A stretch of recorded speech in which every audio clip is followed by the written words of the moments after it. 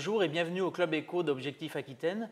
Aujourd'hui, nous recevons Stéphane Hu, qui est gérant du château Gradkina. Stéphane, bonjour. Bonjour. Pouvez-vous nous décrire ce qu'est le château Gradkina? Je rappelle, pour le situer, que c'est un château situé aux portes de Bordeaux, sur la route des châteaux du Médoc. Qu'est-ce qu'est exactement le château Gradkina? Alors, Château Gradkina, c'est un hôtel de 10 chambres assez spacieuse pour des clients individuels qui visitent le vignoble et en effet, Ils sont sur la route, là. sur la route du Médoc, connu dans le monde entier.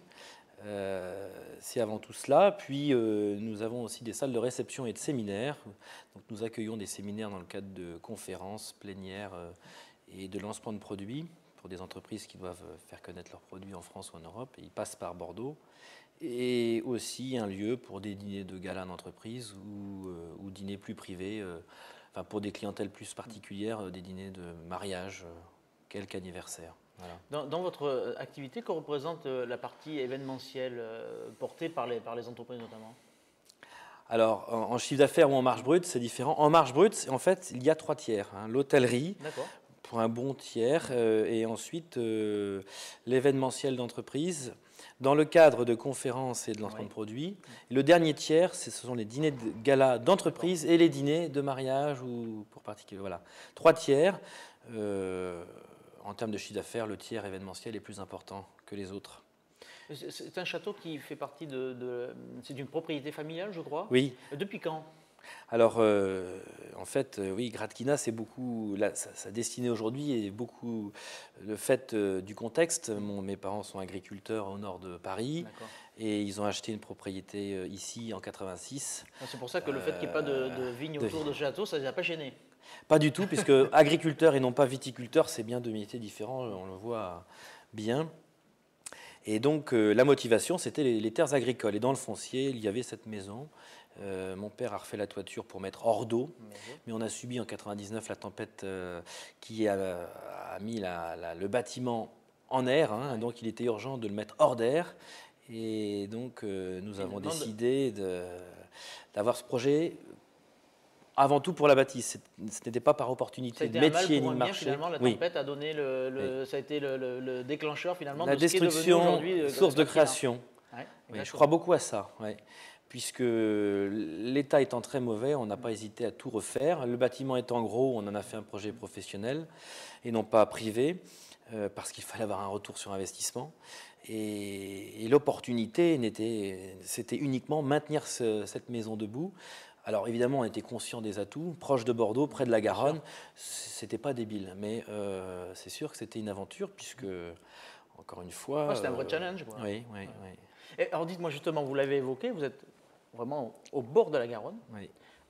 Est-ce que le tourisme fluvial, qui est en fort développement, notamment à Bordeaux ces dernières années, mais ces derniers mois avec une accélération, est-ce que c'est quelque chose, est-ce que ça vous intéresse? Alors évidemment, ça nous intéresse, on y pense depuis le début, on a ouvert il y a 8 ans, on en parlait beaucoup il y a 8 ans, aujourd'hui en effet ça prend une vraie accélération, il y a de plus en plus d'acteurs. Vous faites quoi pour en être acteur alors?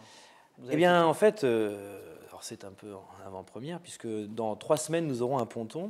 Il sera réalisé donc pour accueillir des bateaux jusqu'à 900 tonnes, donc des bateaux passagers. L'idée, c'est donc les bateaux de Croisière Europe, par exemple, ils pourraient potentiellement s'arrêter là. Alors ils sont un peu plus lourds, mais ils peuvent aussi, ça dépend de la vitesse d'approche. Je ne suis pas très connaisseur en nautisme. Ils peuvent, bon après ils sont sur un marché différent, ils ont tendance à garder les clients pour eux, ce sont des personnes plutôt retraitées.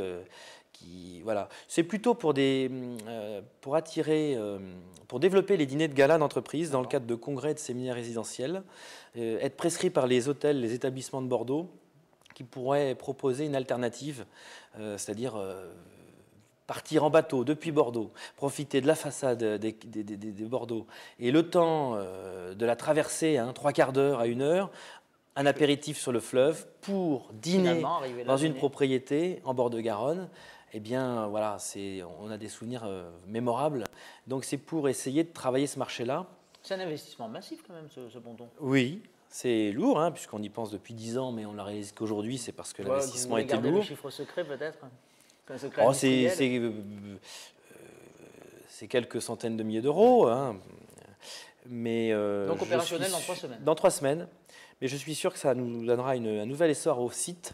On sera encore plus connecté à Bordeaux Ouais, Centre. ça ouvre une nouvelle voie, Oui. effectivement. Et c'est aussi un moyen de communiquer et surtout de se distinguer, hein. Le marché est difficile. Vous restez dynamique, ceci dit. Oui, La on preuve. continue à travailler, c'est bon signe. Mais voilà. C'est aussi parce que on peut se permettre aujourd'hui de réinvestir, étant donné que l'activité a bien marché pendant 8 ans. Voilà, hein, Est-ce qu'il y a dans les cartons, alors vous nous avez révélé la création de ce ponton, je vous en remercie, mais est-ce qu'il y a dans les cartons d'autres projets dont on pourrait éventuellement parler ou pas? Enfin, vous faites ce que vous voulez, mais est-ce qu'il y a d'autres projets? Est-ce que Gradkina a d'autres projets? Toujours, Ah ouais? toujours beaucoup.